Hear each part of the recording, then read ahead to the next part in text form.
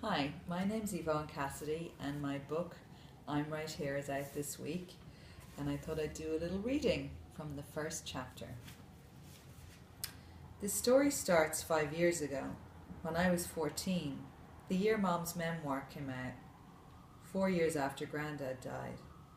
The shrinks go back further than that, of course, so according to them, it might have started when I was 5 or 2 or in Mom's womb.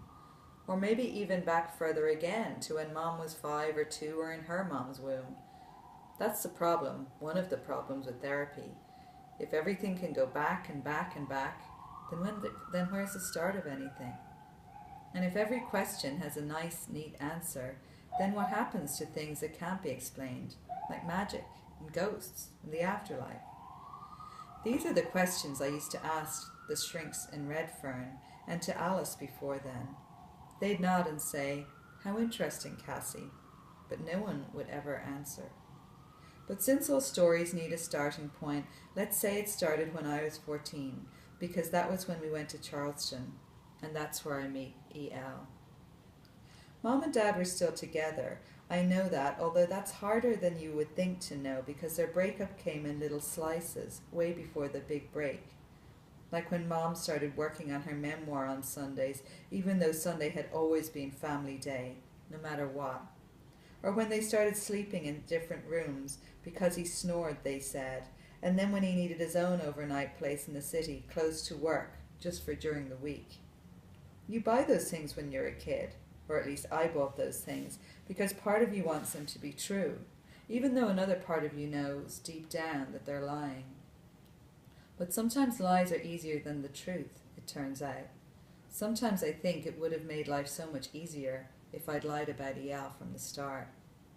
So there we are, Mom and Dad and Ryan and me in Charleston, staying in a guest house. It's a big old white house with a wraparound porch and a courtyard out the back where we eat breakfast outside and listen to the sound of the birds.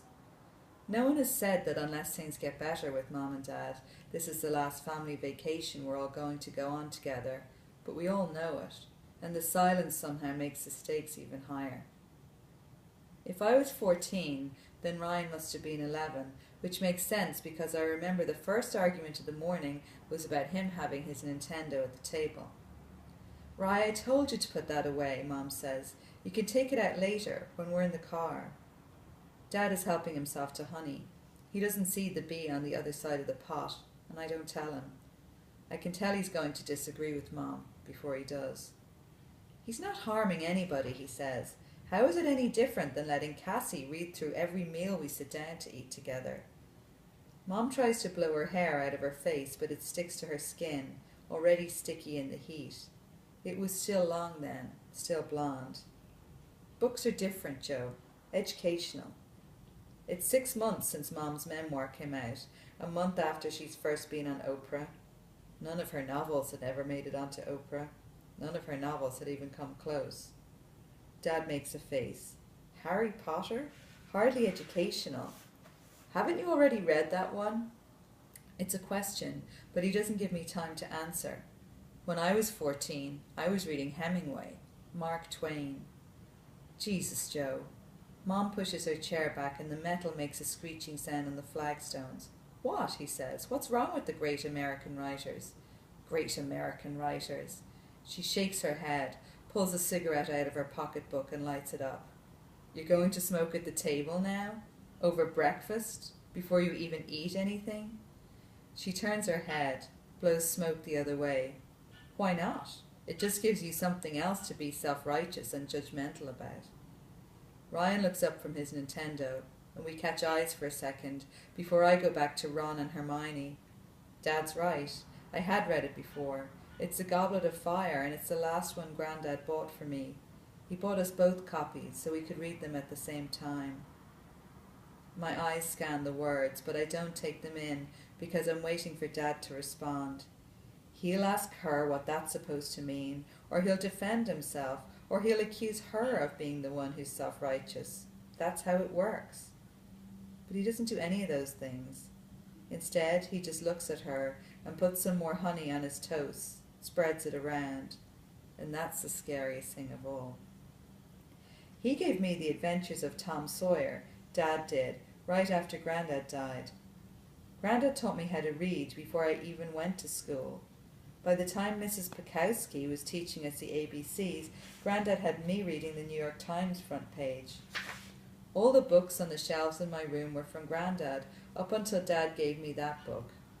He'd wrapped it up really nicely, and inside there was a note about how it was his favourite book growing up, and that he hoped I'd love it too. I never read it. I don't know why. I knew it was a big deal to him. Maybe it was even because I knew it was a big deal, or maybe it was just because it was hard with all the old-fashioned funny words and the way that Jim the slave spoke. If Grandad had read it to me, like he read all the Tierna Nog books, it would have been different. He might have brought it to life.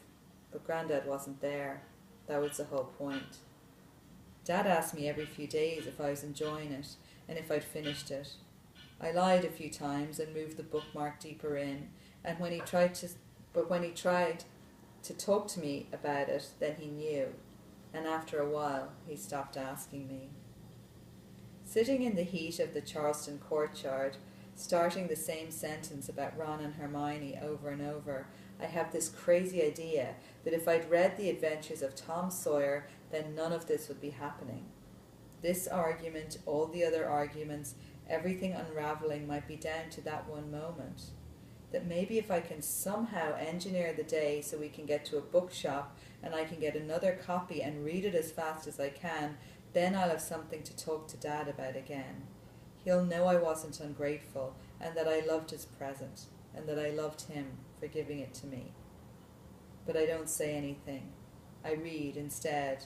Mom smokes, Ryan plays Nintendo, Dad eats toast and honey, and after breakfast we get in the car and drive to the cotton plantation that Mom has seen in the guidebook, the one Ryan wanted to go to, and I had too until this morning. Maybe if I'd insisted about the bookshop, maybe if I'd refused to go to the plantation, then things would have turned out differently. Maybe I could have stopped Dad leaving, at least for a while. But then again, if we didn't go to the plantation, then I'd never have met Yao. And then there'd be no story at all. Thank you. If you like what you hear, the book is I'm Right Here, and it's out in all good bookshops at the moment. Thanks.